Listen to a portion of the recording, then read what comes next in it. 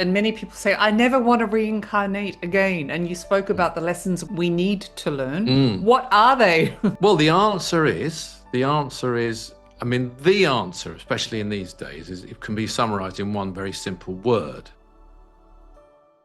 Richard Lawrence, welcome to Passion Harvest. Really looking forward to our conversation today and welcome to the show. Thank you, Louise. It's great to be on your show. Thank you for inviting me. I'm excited about this conversation today. So, well, let's dive in. Let's get started. You're a psychic medium, and most of the audience are aware of that. But what is that, and what do you do? And a world-renowned psychic medium. I'll pass it Well, over to you. I would say this. I would say, first of all, that yes, I've been practicing mediumship for decades. It's not the main thing I do. The main thing I'm interested in is service to the world through healing, through prayer, through the practice of yoga, through spiritual development. But yes, I am. I was very fortunate that I was a student of Dr. George King, who was one of the greatest mediums, I believe, who's ever lived, actually, practiced a kind of mediumship I've never come across anywhere, even from the greats, because he was a master of yoga. So he used Kundalini principles and so on to do it. But yes, I have. I wrote a book called God's Guides and Guardian Angels about some of the contacts I've had. And I think it's the sort of contacts I get now are mainly from people who are interested in the work, as opposed to very like personal messages for people. They're interested in helping with the task at hand, which is basically saving the planet. You know, we're at a karmic tipping point, and we have to reach that energy output level that's required in the world to avoid catastrophe, frankly. Oh my gosh, I've got a lot of questions after that. You mentioned the catastrophe word. What do you mean by that? A karmic tipping point? Yeah, I think it's happened before. I think if you go back to, if you look at, for example, the Mahabharata, the old Hindu scripts, which, and it's not the only source, you could look at many others too, but I think they describe a time which is much more ancient than people think. I think that we're talking tens of thousands of years ago, when there was an absolute nuclear holocaust, is how I describe it. I mean, according just to that one source, the Mahabharata, 1.6 billion people were died. Now, that rules out, 5,000 years ago, there weren't 1.6 billion people on the planet. This is an ancient thing. Now, we're at the situation now where we could have, in theory, a nuclear conflict. I mean, we've got to make sure we don't, and it's being threatened even as we speak from, I think, from Putin in response to Trump and so on, and then there's China. These are nuclear powers. So that's one of the ways that we could get catastrophe. Another one is through the dire ecological situation, which can lead to very serious earthquakes, volcanoes, tsunamis. There could be natural catastrophes as well. Now, the thing that can change it, though, is the actions of a few, relatively few, spiritually minded people. That's the good news. And it's amazing what balance a few people sending out spiritual energy in a positive way can make. I mean, for example, just recently, as I'm speaking to you now, just 3 or 4 days ago, we were in Devon, in England, on a very holy spot called Holston Down, right over the Bristol Channel, beautiful place. And we had over 200 people gather there, and some had come in from other countries like Italy, like Germany, like South Africa. Some had traveled from all over the UK to send out spiritual energy for world peace.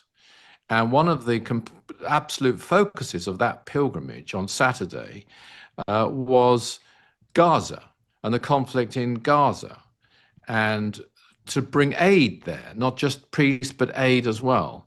And these people all did it using mantras, Sanskrit mantras, combined with, you might call them Christian type prayers, but prayers for the world, not prayers for me and my future and my salvation, prayers for the world.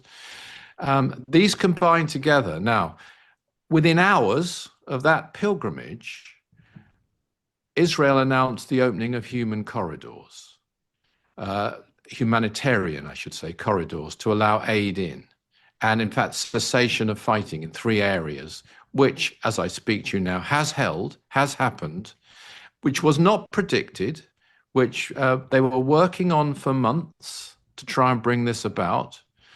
And suddenly, within a few hours of all these people gathering together for this particular purpose, this specific purpose, something changed. Now, some will say it's just a coincidence. I know that people will say that. I'm not a believer in coincidence, but I mean, a lot of people are. And in fact, even further, America also promised to bring in aid relief, which they hadn't done before this. So this is just one illustration only of what people can do when they come together with a spiritual motive and the right intention, and they back it up with effort and energy and sacrifice, because people have made a lot of effort to be there, financially as well as physically, traveling and so on. And I'm sure actually that this works. Beautiful, beautiful. I mean, the power of prayer is incredible, whatever language or whatever it's in, but I Yeah, guess it's the power of love. But I just it's the kept getting power that of love. quote, and I'm terrible with the Bible, but the quote that says, when 3 or more are gathered together, I'm in the midst of you. Yes, is it 2 or 3? Anyway, whichever. Maybe it's 2. I could be Whichever wrong. it I'm is, it's sure fine. someone will correct us. No, it's fine. So, do you have any, I mean, you're an incredible psychic, a medium, potentially different, and I want to talk about that in a minute. What's in store? Should we be afraid, or do you have any inclination of what's coming?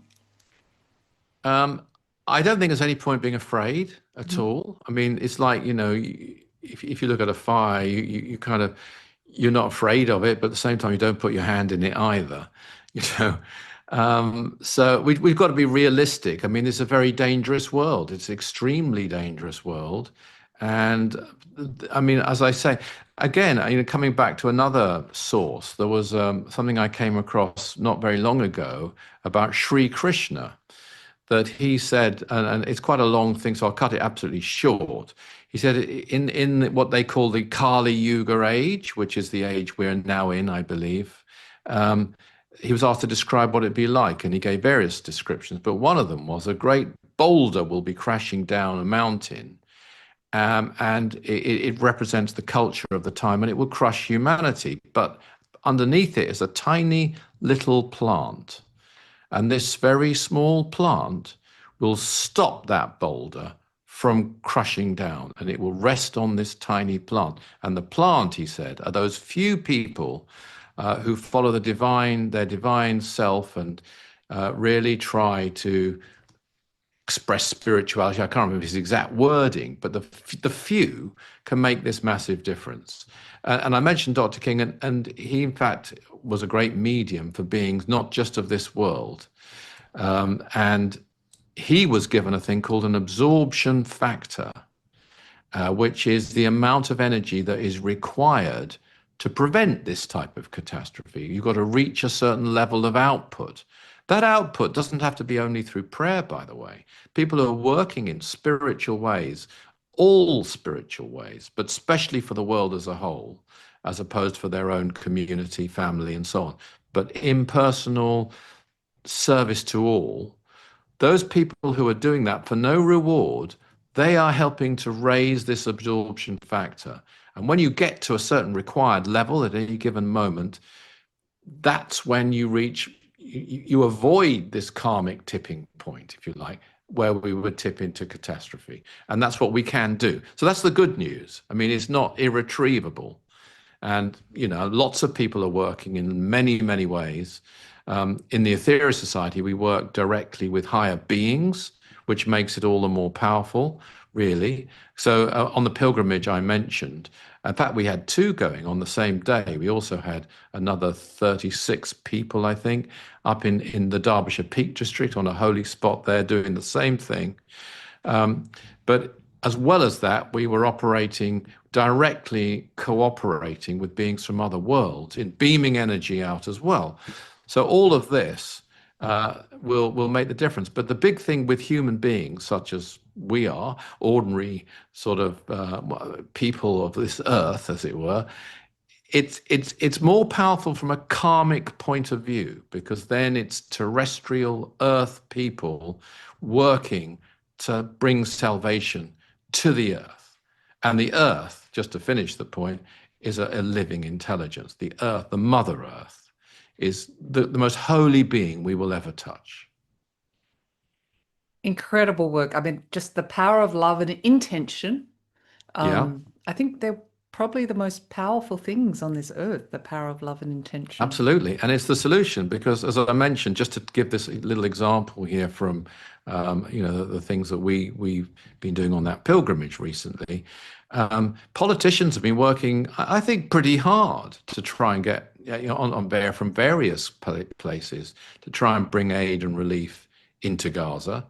And also there are people donating financially to help to bring this about. But the spiritual ingredient is key. The karmic ingredient is key.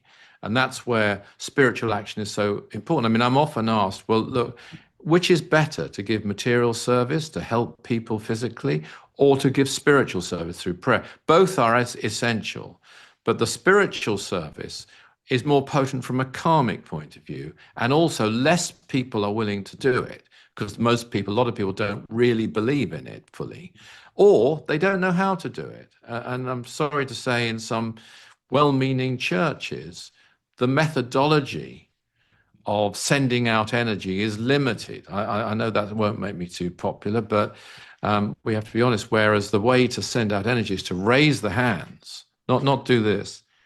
Raise the hands.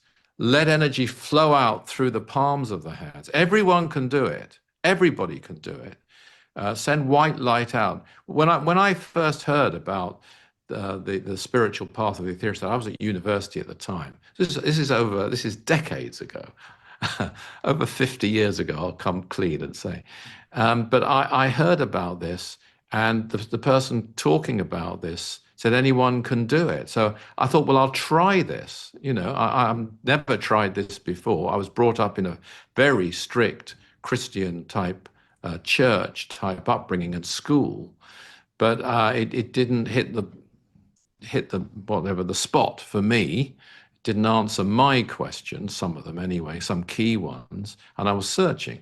I tried this method, sending energy out. I just thought, well, I saw a down and out, a tramp in the street today. I'll send him some energy. I'll start somewhere, and I just tried it. The energy that I felt didn't leave me for hours. Now, I'm not going to say this will happen to everyone, but I couldn't ignore it. This is a real thing. This isn't a matter of faith. This is something that I really felt. And people can test it. They can do it. They can try it.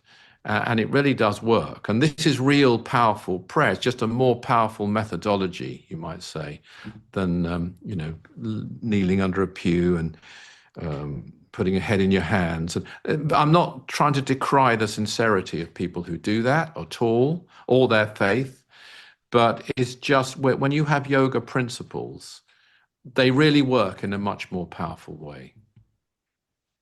Thank you. Perhaps at the end of the interview, we could do a couple of minutes of just a healing prayer for humanity. Love to do that. I have to ask you about otherworldly beings. What does that mean? And can you explain that, please? That assisted you. Yeah, I mean, I think it's I've been campaigning, among many other things, I've been campaigning for the truth to come out about UFOs for 4 decades. And when I started doing this, it was regarded as pretty, as they used to say, nutty, mad, weird by a lot of people, but also there's a lot of interest in it. And the big thing was when you said, well, governments are lying, which we did say. And by the way, Dr. King, as I mentioned, was my teacher and close friend, actually. I co-authored his last 2 books, but he was doing this in the 1950s. So you can imagine. He ran a rally in a place called Trafalgar Square in London, big square, for the truth to come out about what they then call flying saucers. What I noticed when I started doing it, if you said, well, governments are lying, they're not telling you the truth, you were regarded, just for saying that, as a conspiracy nutter. You were regarded as very weird for not believing in the government. Now, if you said, I believe in the government, you'd be regarded as a bit weird, I think. I think there's been this massive, in anything much, I mean, people don't believe in government. So there's been a massive shift, and governments have come clean to some degree, not fully. But now I think the point is made, and there's been Congress hearings in America and so on. And it's well established. There's video footage. You can't stop people filming now with mobile phones and etc. So it's a well-established thing. The interesting thing, though, there's a few interesting questions, I would say, about extraterrestrial intelligences. One, where are they? Where do they come from?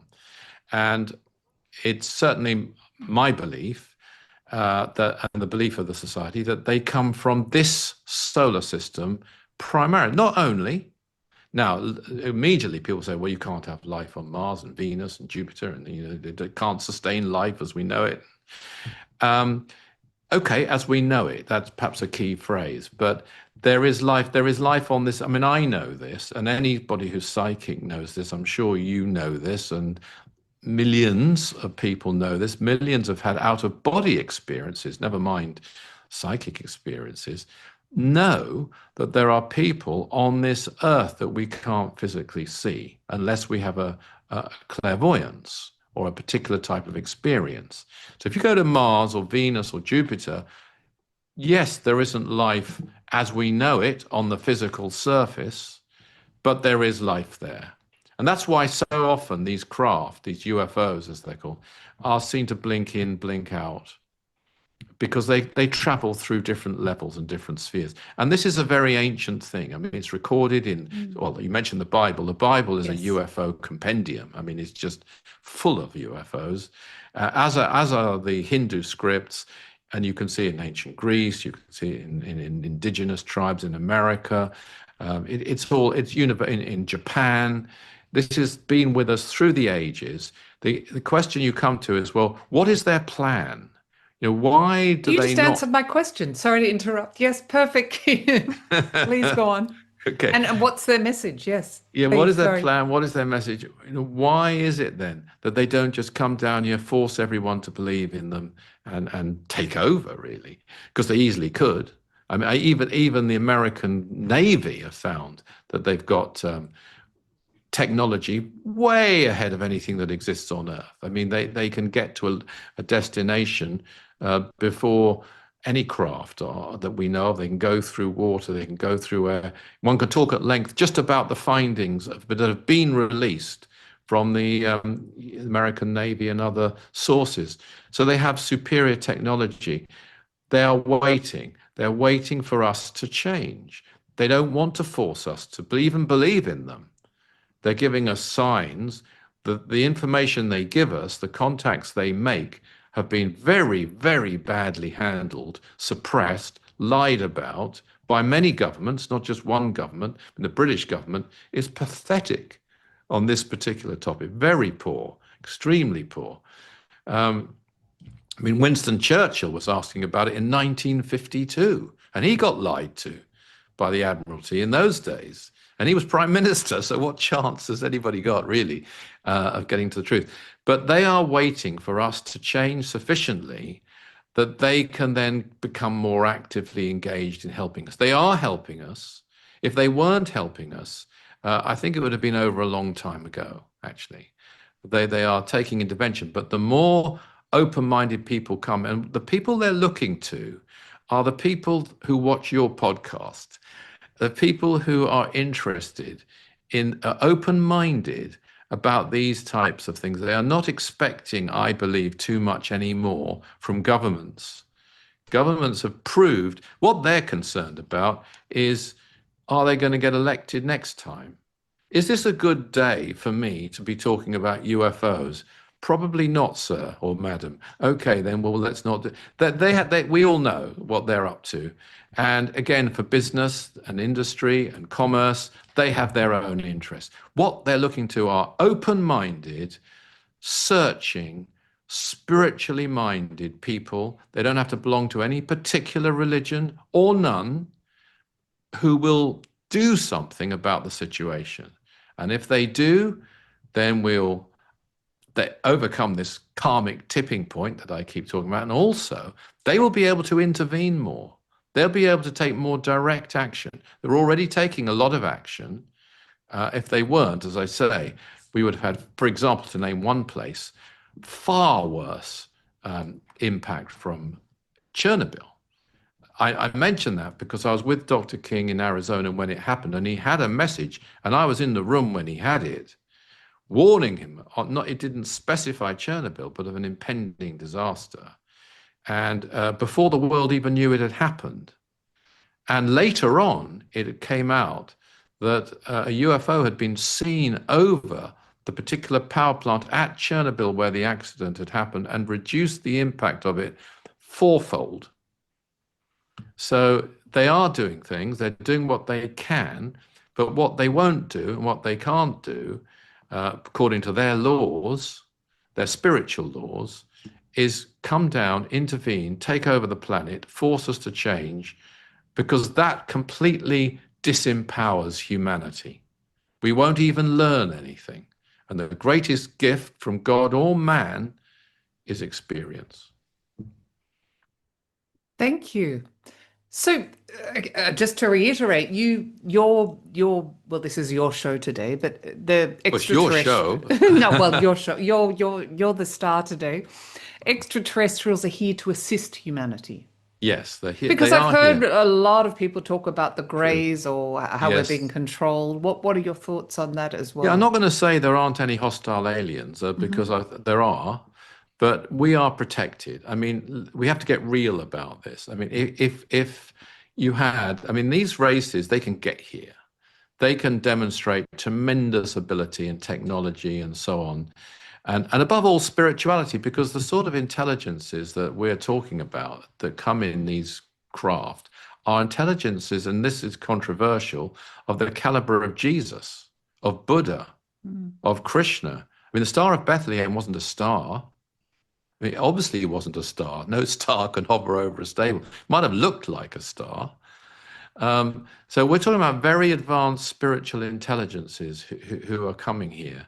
And we are protected from, as you might say, the hostile intelligences by great beings in this solar system. And they're not going to allow Earth to be invaded. It affects all life in the solar system if the Earth is taken over by a hostile race, apart from anything else. They're also extremely compassionate towards us. And it's hard to know why sometimes because we don't appreciate it very much, but they are. So this, I mean, the idea that you do hear, and I hear it, and I get told it a lot, that these intelligences, hostile intelligences, are going to take us over. If they really were, we wouldn't stand a chance. It would have been over a very long time ago, and we would be absolutely either dead or robotically imprisoned, and the whole thing would be finished. So yes, there are hostile intelligences. All kinds of people are having experiences, such as the abductions and so Yes. forth. Yeah, Yes. and I'm not decrying them or saying they're fakes or making it up because I don't think they all are. But they aren't necessarily what they appear to be. There are also, unfortunately, hostile forces on this earth, and they can also get up to some very unpleasant things too. Extraterrestrials, is that what you're saying Well, on this earth? no, not even extraterrestrials, but they might appear to people to be Right. extraterrestrials. As in negative energies. I mean, there's so many Negative names. energies, negative entities as well. Unfortunately, there are some very negative forces around, as well as some wonderful, wonderful spiritual forces, such as the Right, Lord yes. Babaji, such as the Lord Maitreya, on Earth. Men and male and female advanced ascended masters who walk this earth, and thank goodness they do, because if they didn't, we wouldn't last very long at all. Have you seen it? I mean, this is my human talking, but have you seen in your mind's eye what these other worldly beings look like? I don't claim any contact with extraterrestrials, so I'll be clear about that. I have an idea what they look like, yes, but mainly from Dr. King, who has had contacts with them. So they look, if we were to see that, mind you, they take the form that suits them to take. I mentioned Jesus, Buddha, Krishna, and there are many others. I could lay out, say I could go on, who have, I believe, actually been born through the womb of Earth women and lived in an Earth physical body. So they're not in their, as it were, alien body at that point, or interplanetary body. But if they were to travel here, those who have seen them very often report them being in a single piece type suit, a seamless suit, very often, but not always, long haired, and very often sort of cinnamon colored skin sort of look, might look to us as though they're in maybe their 40s, but actually they might be more like 5,000 years old. But that's happened on Earth too. You've had people who've overcome old age on Earth, not to that extent. Well, ascended masters have all overcome aging on Earth. So, I mean, there's so much knowledge out there that we're not aware of. Talking about reincarnation, I've heard many people say that in our humanness, in our reincarnation, we've incarnated on many other planets as extraterrestrials. What's your thoughts on that? I don't actually believe that myself. I know that's said. No, interesting. Again, I don't like to be dogmatic about anything at all, but the purpose of for a start, if you take the other planets in this solar system, they don't have reincarnation, according to the communications through Dr. King, in the way that we do. We have reincarnation on Earth because we have to be stopped in our tracks, frankly. Because if we weren't stopped in our tracks and we didn't go to another, and when we die, I've met many, and heard from many who have died. We basically go to a realm of waiting, and we go to a realm which might seem heavenly, depending who you are, of course. This is one of the first problems I had when I first was, as I mentioned, raised in the church. I was even at the age of 14 considering becoming a priest until I found that certain questions couldn't be answered by them. And I was actually talking to the Dean of Canterbury Cathedral, who's one of the most senior people. He ran my class because of the school I was at. And this was one of my questions, was simply, I haven't actually met anybody who really belongs in hell. I haven't met any really wicked people who deserve to be eternally punished in the flames and prodded by a demon and all the rest of it. And nor, though, have I met anyone who'd be really happy or fulfilled in heaven. They'd be bored stiff in heaven, as I've understood heaven at that time, which is grapes, angels, harps, nice couches to lie on. These people, they'd miss their sport, they'd miss their soap operas, they miss, all the things that they normally do. So different people's idea of heaven varies immensely, of course. But basically, you go to a realm which is suitable to you, and you wait, and then you reincarnate. And the reason that you reincarnate, you might reincarnate as a different race, a different sex, and so on. In order to learn, it's all about experience. If we were able to learn the lessons correctly that we have, we wouldn't need to reincarnate on this earth at all. Reincarnation one day won't exist as a thing in the new age, in the great future to come. And there is a wonderful, wonderful future to come. The question is, how many people will be ready for it? And when that happens, eventually, we'll overcome old age. We won't need to reincarnate. And the reason we won't need to reincarnate is because we don't need, as I mentioned, to be stopped in our tracks, reassimilate through our souls, not through our brains, our conscious mind, through our souls, and determine what experiences exactly are that we really need to be born back into in order to learn and advance and progress and go towards our spiritual destiny. Thank you, Richard. You probably get this question, and many people say, I never want to reincarnate again. And you spoke about the lessons we need to learn. What are they? I can actually sympathize with that, because you think, gosh, I've got to This come back, life go can through be childhood. challenging. Yeah, yeah. Well, the answer is, I mean, the answer, especially in these days, is it can be summarized in one very simple word, which is service. And giving service in the most potent, effective way we possibly can. So there's a lot of people who like, they'll choose to serve a particular charity, a particular cause, because it resonates with them, because they're interested in that thing, whatever it might be, and so on. And I'm not decrying that either. That's understandable. But in the end, we will at some point in our lives say, right, what can I do? Whether it's what I want to do or not, what is it that I can do that will bring the greatest good to the world as a whole? And then do that and dedicate ourselves to that. And by the way, if we do that, that's one promise I can definitely make, that even if it wasn't the thing you really wanted to do at the time, it will be. It will be, because it's the right thing. Because then you're in tune with your inner voice. You're in tune with your intuition. You're in tune with your higher self. You're doing what you're being prompted to do by your soul through your consciousness, and then you'll be at peace.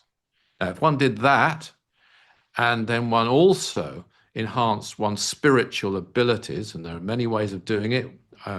The last book I mentioned, I co-authored 2 books with Dr. King. His last book was called Realize Your Inner Potential. The practices, the exercises in there can take you all the way to an enlightened state of consciousness. I know that. I've experienced that. It took me a long time, but even in the last few years, I have experienced that. And I've been doing this for decades. But then eventually, we won't need to answer your question. We will reach a stage, and I haven't reached it, by the way. You haven't reached enlightenment I haven't yet. reached this stage, which is the stage where you no longer need to reincarnate. That stage is called ascension. And there are people who have reached it. They're not many. There are far, far fewer than claim it. But this means that you won't die. You will Can you give us overcome a death. sneak peek of what are some of the tools or tips to reach that? Well, one thing you've got to be aware of, for sure, we don't have to be aware of this. Let me rephrase that, but it'd be really good to be aware of, is the force of Kundalini. And Kundalini is connected to the flame of the Logos of this planet. I mentioned the Mother Earth is the greatest being we will ever touch. And she has a wonderful flame. Now, here's a practice that everybody can do, if I may give you this. Now, there are people who talk about this practice, by the way. It's called the violet flame practice. Some of them don't know where this flame comes from, though. Doesn't mean it won't benefit them. But if you do know, you will start to contact even more than the flame. You'll start to contact the life to some tiny degree behind that flame, which is the life force of the planet. That's the key to everything, actually. It's the key to clairvoyance. It's the key to spiritual advancement, mediumship, as you mentioned, something I've done. You don't have to do that. It's not for everyone. It's something I did, and I still do from time to time. You've got to do it carefully, but you can go beyond that into the higher state. It's certainly a key to praying effectively, and this is what I mentioned. I mean, I've seen people pray, and you might just describe it as lip service. They don't put their heart into it. It's a strange thing. If they were supporting their football team, they'd be out full throttle, shouting the team on.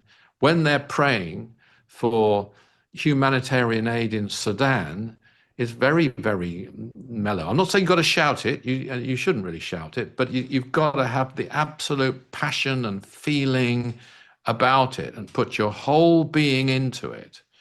And when you do, you'll start to activate this force of Kundalini in a gentle way. I wouldn't advise anyone to practice Kundalini yoga. But having said that, most of the people who teach Kundalini yoga don't know what Kundalini yoga is, which is probably lucky, because if they did, it can be quite dangerous. But I'm not recommending that. That's a physical, forceful method. I'm recommending the natural, unforced method of raising this power within you, taking it up through the spine, which is where it needs to travel. It does travel anyway, but in most people, it doesn't travel in the right direction or through the right channels.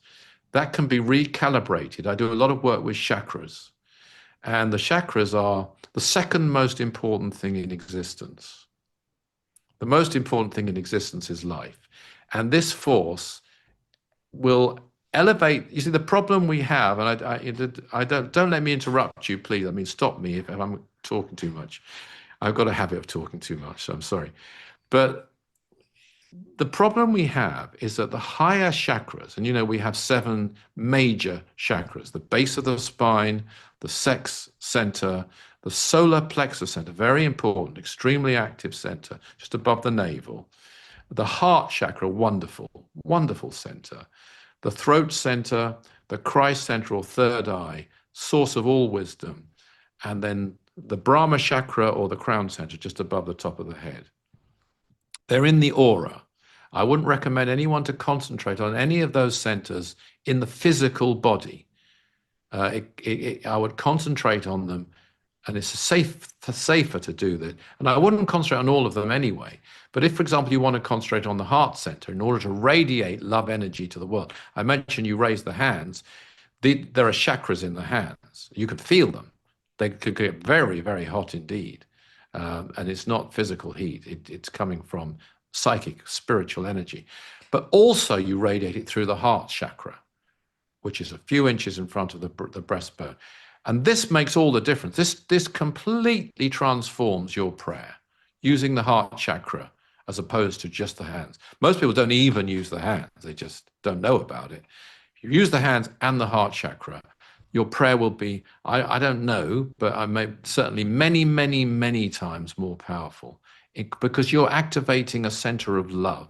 The heart center, it's not on the left-hand side, it's in the center, is a center of love. Now, most people's problem on Earth is they've overactivated the lower chakras. All chakras are good, but they overacted the lower ones and neglected the higher ones. So there's an imbalance. And what we need to do is raise Kundalini in an unforced way and activate the higher chakras. And in fact, the lower chakras should be governed by the higher ones as opposed to the other way around. So there's a big job of work to do there. But if we are able to do that, and we can do that, I mean, I've seen wonderful results on workshops I've run. I've seen people have fantastic experiences, psychic experience. People who tell you, I'm not psychic, they'll come in. I've seen people completely healed. We had people healed on the mountain, I mentioned, when we did our pilgrimage, doing certain practices where energy is radiated to them. But if we can reactivate the higher chakras and breathing exercises, mantra, these are some of the ways we can do it as well, then we'll bring this balance. And this is a step, certainly a step towards ascension in the end. But as I say, I haven't reached the ascension level myself. I have, though, experienced what you might call samadhi, but only recently, in the last 3 years. Wow. I don't know whether to say congratulations, but I want to go there. So not at all. It's a privilege. I only mention it to say that, if I can do it, because I've got many faults and I've made many mistakes. So if I can get there, believe me, anyone can get there if they set their mind to it. I'm not making a promise here, but it's achievable, is my point. of course. And you also talk about unlocking your psychic powers or your mediumship development. Is this the process to do this as well? Certainly you have to unlock your psychic powers along the way. You have to, because and this is where you can actually quite easily discriminate between a person who's truly enlightened and a person who isn't fully enlightened. Because, and I've heard, and some of them are very big names, and I've met a couple of them, and they're highly regarded, and they'll tell you that they've found enlightenment, and they'll tell you the key to enlightenment. But I know that they aren't fully enlightened because they haven't unlocked fully their psychic powers. You don't, I mean, you unlock your psychic powers for two reasons, really. The main one, and the most important one, is to serve others. So in other words, if you unlock your healing powers, which you could call a psychic power, you can help others tremendously. Everyone can heal. Dr. King wrote a book called You Too Can Heal. And that when he wrote it, I was actually then in my very early 20s, and he asked me to go and visit some healing groups, big names in the UK, and the people in those groups didn't believe that anyone could do it. They thought it was a gift. Now, those same groups, which aren't as big as they were then, but however, they are teaching anyone to heal. So that is good. So he used yoga methods to do it. So there are other things. By unlocking your psychic powers, you become more aware of other people. You can get a better sense of timing. You can pick up the vibrations of certain situations around you. If you're able to, you can give psychic readings. But if you do give psychic readings, I would strongly advise you to know about counseling. Because I've come across people, even recently, who've received psychic readings that were accurate but not helpful. Accurate but not helpful.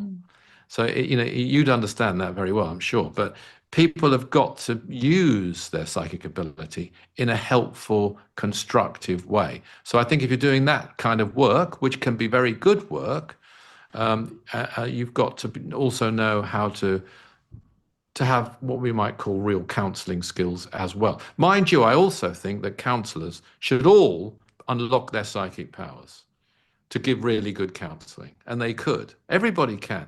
But that's one thing for service. The other thing is, in order to raise the energies within you to the higher chakras and to gain higher states of enlightenment and higher mystical powers, you might call it that, you do need to activate your lower chakras. And in the process of doing that, you will unlock your psychic powers. So it's an essential stepping point. But those psychic powers have to be controlled.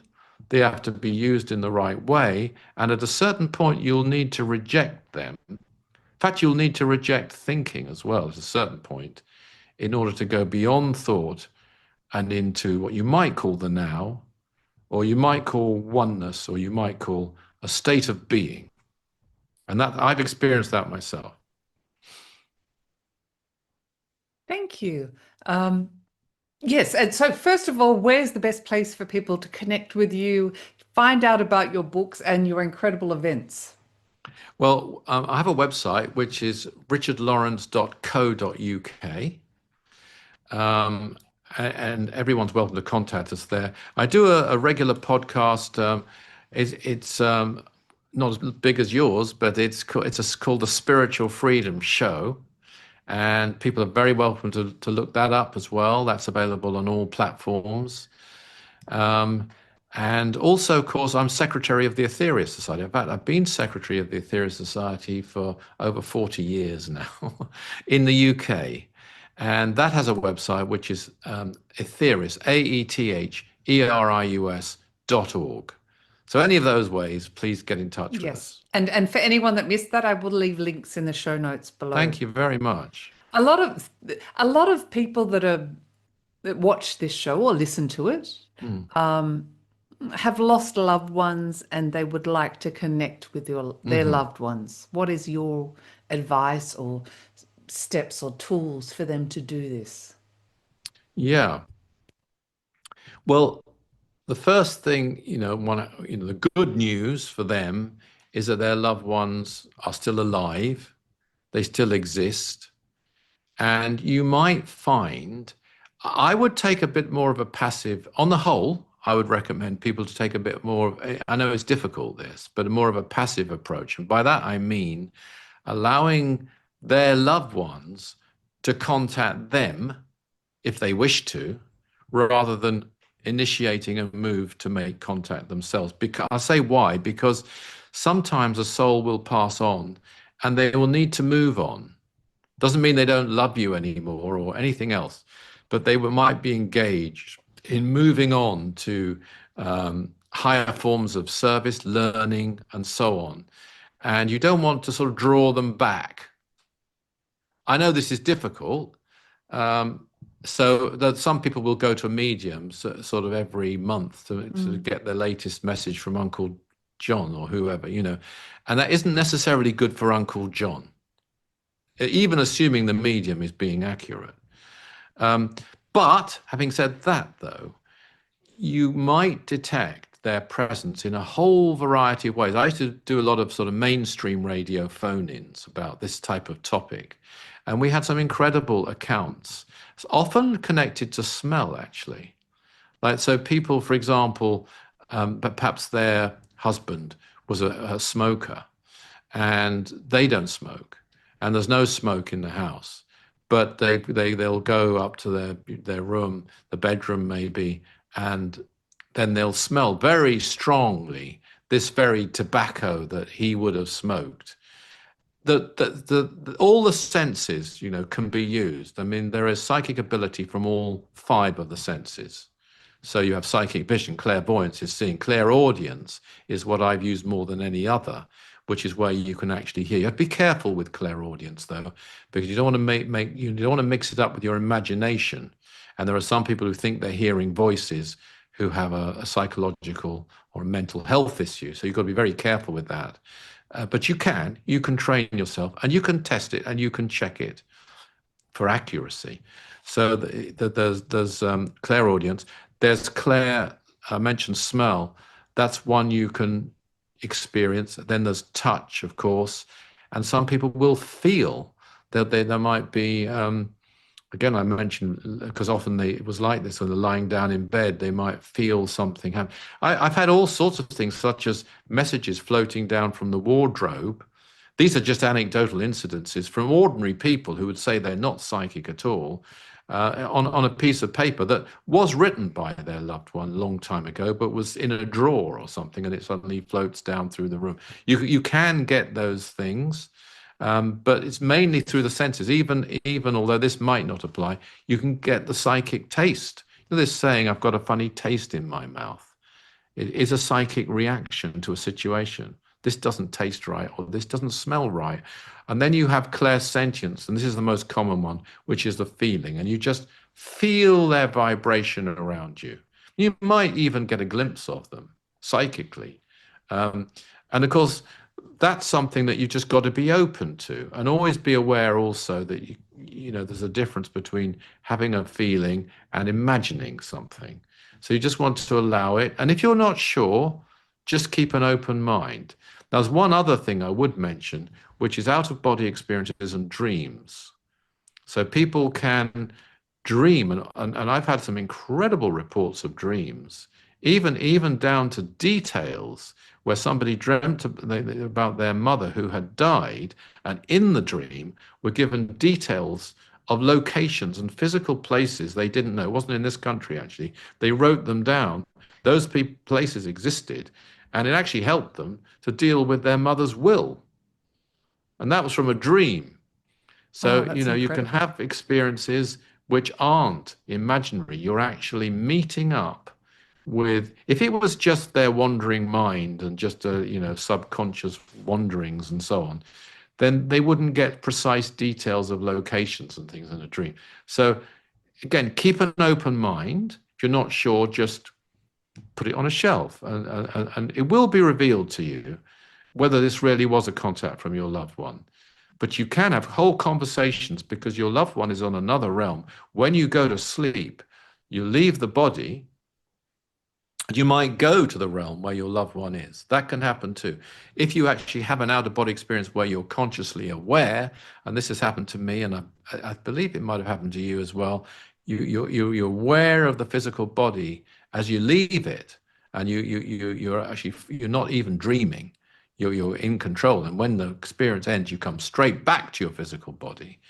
I mean, I had that after my father died, for example. And it's just, I saw him there. We had a big hug, and then I came straight back to my body. It wasn't a dream per se. So all those are ways that people can have it. But I would tend to sort of watch and listen, and you could say a little prayer for your loved one, as opposed to trying to force them or get them to come back and console you. I mean, I'd be compassionate. Maybe in the short term, just after a bereavement, it could be helpful. But going forward, you want to allow them, if they need to move on. If they want to make contact with you, they'll probably find a way of doing it. And it could be something you least expect, but something that, yeah, that's them. I know that. I recognize that. Yeah. Lovely. Thank you. Two more things. At the end, I'd love to, if you're open to it, a few-minute healing prayer for humanity. Certainly, love to, yeah. My last question is, it's over to you. Is there anything else you would like to share with the Passion Harvest audience that I haven't asked you? Gosh, yeah, I suppose there must be lots of things I'd like to share with your Passion Harvest audience. I would say that, I mean, my feeling is, and I'm sort of trying to tune in to the Passion Harvest audience, is that this isn't flattery, they're wonderful people who are really searching for something beyond the physical. There's a lot of people out there who, in fact, I met one the other day. He's an insurance broker, and he says he just had it with materialism. He's thinking of going to Mount Kailash in the Himalayas and just, and I said, well, you don't need to go to Mount Kailash, by the way. You can find what you're actually looking for. Kailash, I have respect for, great respect for. Well, it's a wonderful place indeed. I haven't been there in this life, but it's a wonderful place. But you don't need to go there to get what you're looking for. It's here. It's right here. Without traveling there at all. But he was just an example of someone who, yeah, he's quite successful. He's got friends. He's got what he needs, what the world expects of him, but it doesn't hit the spot for him. He's looking for more. And I think that could well be true of a lot of Passion Harvest podcast people, that, they might have a good life. They might have a difficult life. It can be either. But in the end, though, they're looking for something more. And the good news I would give them is there is something more. There is something wonderful. There is meaning. There is purpose. Everyone has a destiny. Everyone can fulfill that destiny.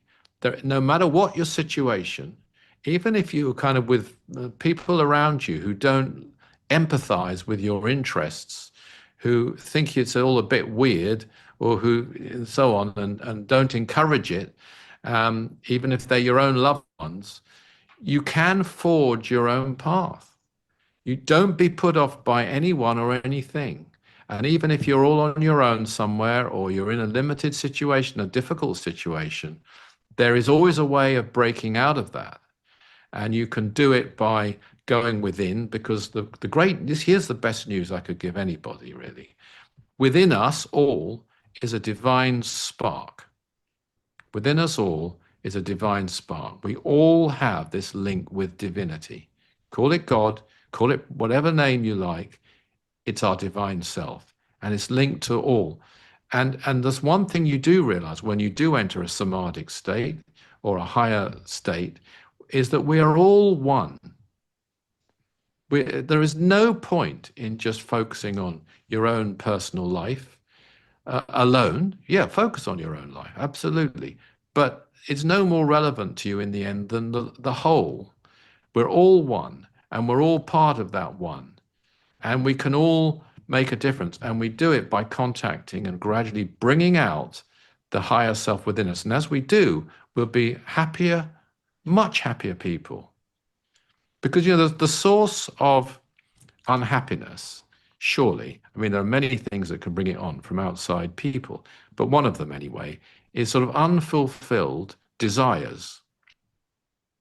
Now, some of those desires, they might be right, and some of them will probably be wrong. I mean, if we all fulfilled every desire we've got, we'd be, probably, unless we're an absolute saint, we'd be in a total mess. So you don't need them. What you need to do is free yourself from a lot of these desires, refocus yourself on oneness, spirituality, and you'll be a much happier, much more fulfilled person. But it's a joy that will come from within. It's not a physical sensation, which is great while it lasts and then it's gone. It's something that's there. And even when you have to leave it because you have to get engaged, you have to work or you have to so on, it doesn't go. You can come back to it and inhabit it again. And it'll change your whole life. I mean, it's just a wonderful thing. Thank you. What a true and beautiful message of hope. Beautiful. Thanks, Richard. A pleasure. Pleasure. Well, if you'd like to end the show with a... Yes. So what I do, what we do in the Aetherius Society, and by the way, we have online services going on every day. That's nothing anyone can join in with. That's wonderful. If you look at our website every day, in fact, more than once a day, some from America, sometimes they're from Michigan, sometimes they're from the north of England, sometimes often London, sometimes New Zealand, but they go online and we can join together and send out energy for Gaza, energy for Ukraine, energy for the animal kingdom, energy for weather conditions. If there's a predicted tsunami or something like that, we immediately engage. Now, anyone can join us. They don't have to believe in everything that we believe in. And there's no cost. There's no cost at all. No. Go to our website, Aetherius Society website. You'll see it all listed there. And you can, some of them are visual, some of them are just audio, but you can join in with them. Anyway, what I would recommend people to do always is to take off your watches and rings, if you can take your rings off, unless they're holy rings charged with loving power or by some source. Remove those and very simply start off by having the spine straight, because I mentioned Kundalini, and the spine is our central spiritual nervous system. And the Kundalini and the powers, actually the pranas, flow up through this, the channels within this. And that's where we want them. That's exactly where we want them to flow. So have the spine straight, have your palms facing downwards just for a moment on the knees. You may wish to close your eyes, that's up to you. And just start by just breathing deeply and evenly.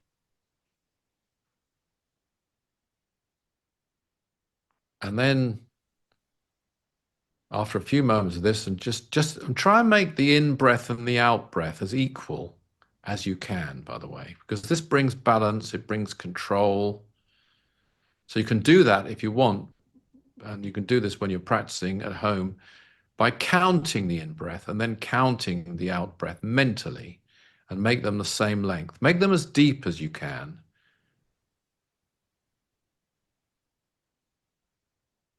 And then when you've done that, then just open the eyes for a moment and raise your hands like this.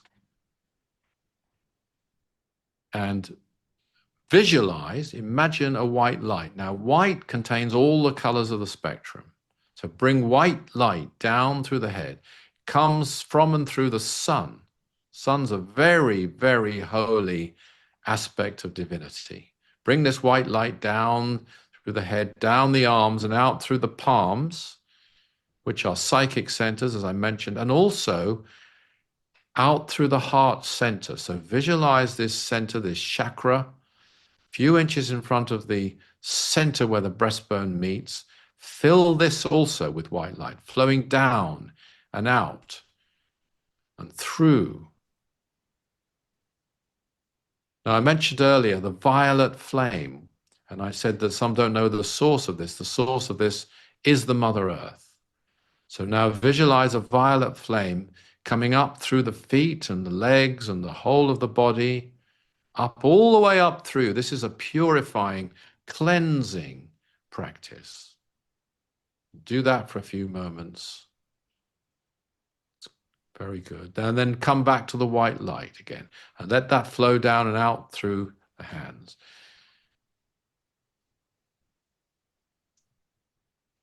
And I'm going to just do the kind of prayer I would do, and people can join in with this if they wish to, and just send out their love energy. Try to feel this flowing out through you as I say these words: for peace, and humanitarian aid in the Middle East. There are many areas we could pick. Let's just pick that region as an example for this particular prayer. O divine spirit of all creation, we ask that your mighty power, your love, your light may flow out now through us all to the Middle East, to bring peace, to allow humanitarian aid to reach those areas where it's most needed,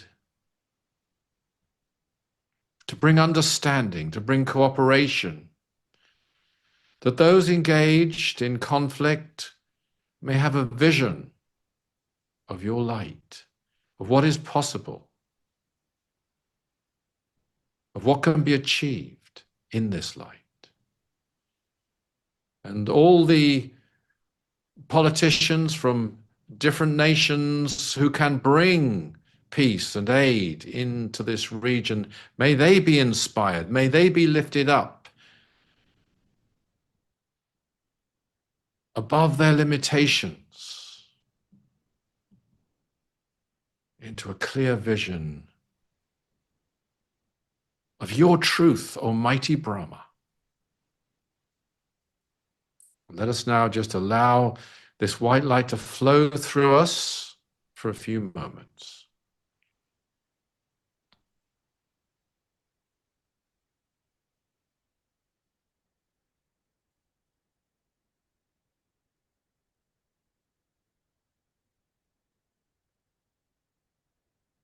And now let us send healing to someone of our own choosing, someone we probably know, who we know will welcome this healing.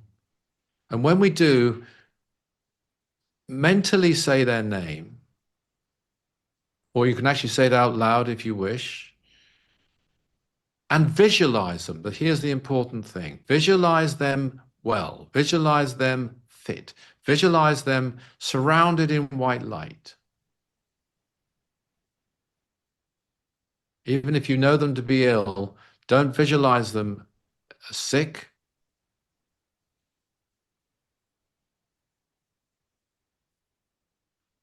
But visualize them well. Now, divine spirit of all creation, we ask that your healing power may flow out to bring healing, to bring strength and protection to the person we are now naming and visualizing.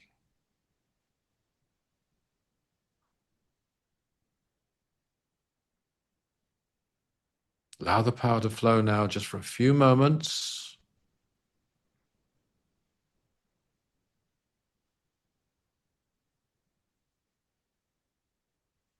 We give thanks for using us as channels. And may your divine will be done this day. Let us now just, if you open your eyes and you see what I'm doing, you just place the palms like this together and just do one pass like that, which seals the energies, ends that practice. And you sit still and just let's finish with this. I mentioned we all have this divine spark within us, and I'm now going to say an affirmation, which is contained in the book, Realize Your Inner Potential, by Dr. King and myself. And it is this: I am the divine presence which is creating perfection throughout my whole life. I am the divine presence which is creating perfection throughout my whole life. I'll say it a couple more times. Join in with me if you wish to. You're feeding yourself a great truth. You're empowering your higher self. I am the divine presence which is creating perfection throughout my whole life. I am the divine presence which is creating perfection throughout my whole life. And just continue to think those words for a few moments and feed yourself this spiritual food.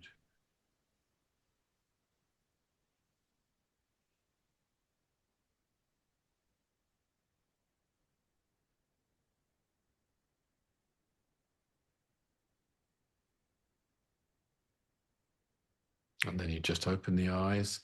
And that little affirmation, that can give you a lot of confidence too, because it's based on something real. So if you're ever doubting yourself or not sure about things, just try that. Loved it. Richard Lawrence, wonderful, wonderful. I feel amazing now. And what a beautiful way to end the show. I want to thank you for Well, thank everything you you're so doing much. and for being a guest on Passion Harvest. Absolute pleasure. Thank you, Louisa. My pleasure. Okay. Bye-bye. Bye-bye. Thanks, Richard.